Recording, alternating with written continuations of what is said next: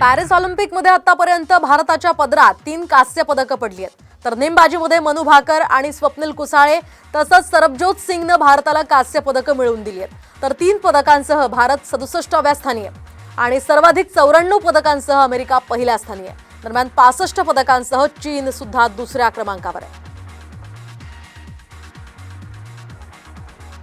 आपण जाणून घेऊयात कोणता देश कितव्या क्रमांकावर आहे। तर अमेरिका 57 सुवर्ण पदकांसह रौप्य पदक त्यांच्याकडे 35 आहे, तर कांस्य पदक 32 आहे। पहिल्या स्थानावर अमेरिका, दुसऱ्या स्थानावर चीन आहेत। सुवर्ण पदक त्यांच्याकडे आहेत 25, रौप्य 23 आणि कांस्य 17।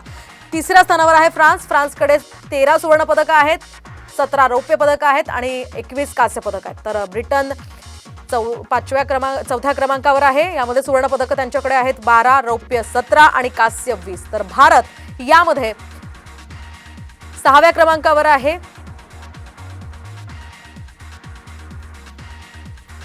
भारताला आणखीनही पदकांची अपेक्षा आहे। आपण पाहतो आतापर्यंत भारताकडे 3 कांस्य पदक आहेत।